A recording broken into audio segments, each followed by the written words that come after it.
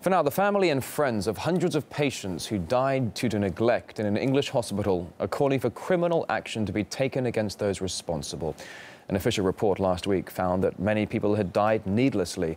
Let's talk more about this scandal over the state of the British healthcare to RT's Sarah Firth, standing by live for us now in London. Sarah, it's good to see you. Thanks for coming on. Can you bring us up to date here? What is the latest edge to this scandal then?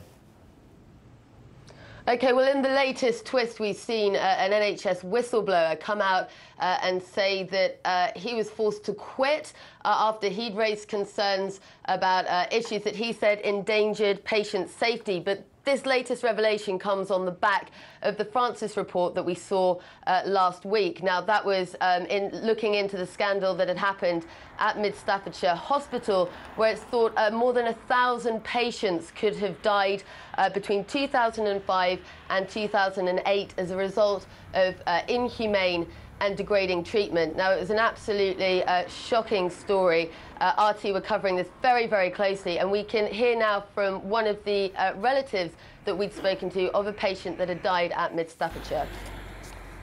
I lost my wife in Stafford Hospital in September 2008. It was just a disaster.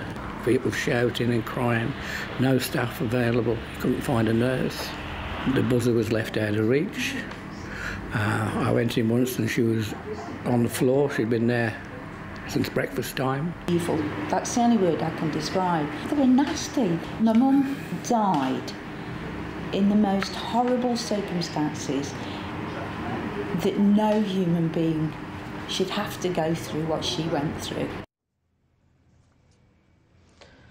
Well, of course, that's incredibly disturbing, and I think a lot of the relatives of the patients who died, a lot of the people who are campaigning very, very hard for what had been happening at Mid Staffordshire to be revealed and to be investigated, if not breathed a sigh of relief, were perhaps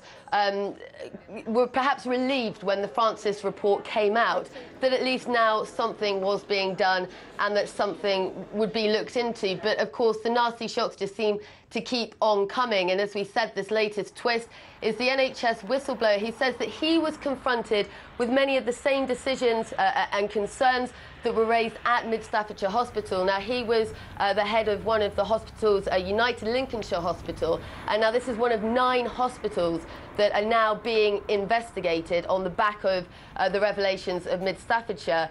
So that's obviously deeply concerning that he was facing many of the same problems. He claims that government targets that he refused to meet for fear that it would endanger patient safety meant that he then had to quit and was subject to a so-called super gag to keep him quiet and to keep these revelations from coming out. Now, the health authority denies this, but of course, it's just the latest in a series of revelations about failings within the NHS and, again, causing huge concern. But, Sarah, if indeed these allegations, as far as I understand, some of these allegations and these fatal consequences are going back 4 years at least, why is it only now that all of these things are starting to come to light? Absolutely, Rory. I mean, I think this is a real concern. As we said, the relatives of people who've died whilst in NHS care have been campaigning very, very hard to have some of these scandals made public. But it does seem that this has been going on for a long, long time. The whistleblower who's spoken out, Gary Walker, talked of a culture of fear and oppression. And certainly it seems that a lot of these problems have been going on for many, many years. Now, I'm joined by the head, one of the members of the NHA political party. Now, you're a political party that's been formed of people within the healthcare profession and that are all very concerned about what's happening in the NHS right now.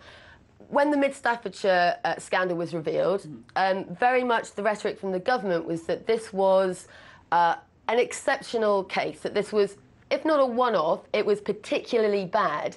And yet we're seeing 9 other hospitals being investigated, and it seems the nasty shocks just keep on coming. Are you surprised at this? No, I'm not surprised at this.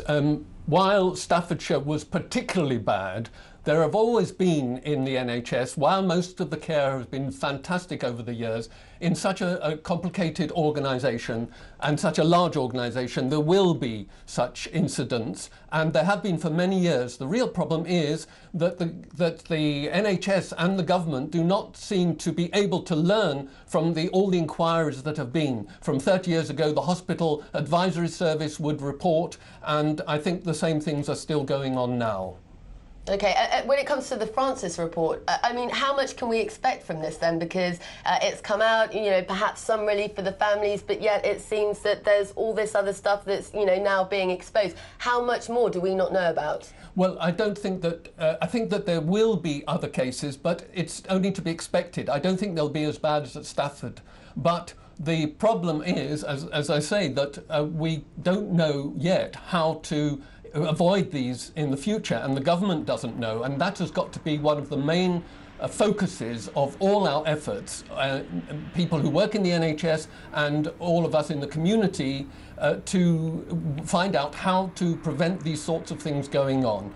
The pressures on the NHS have always been there, and I think that over the last 20 years have got worse, and therefore you have the situation with the chief executive having to choose a totally make an unacceptable choice. Yeah, and that's really a focus here right now at the moment as well, Rory, is that a lot of people, certainly relatives of people who've died, people who've been campaigning, have been very much calling for their head of the NHS who presided over the NHS whilst this was going on. He is still in his job.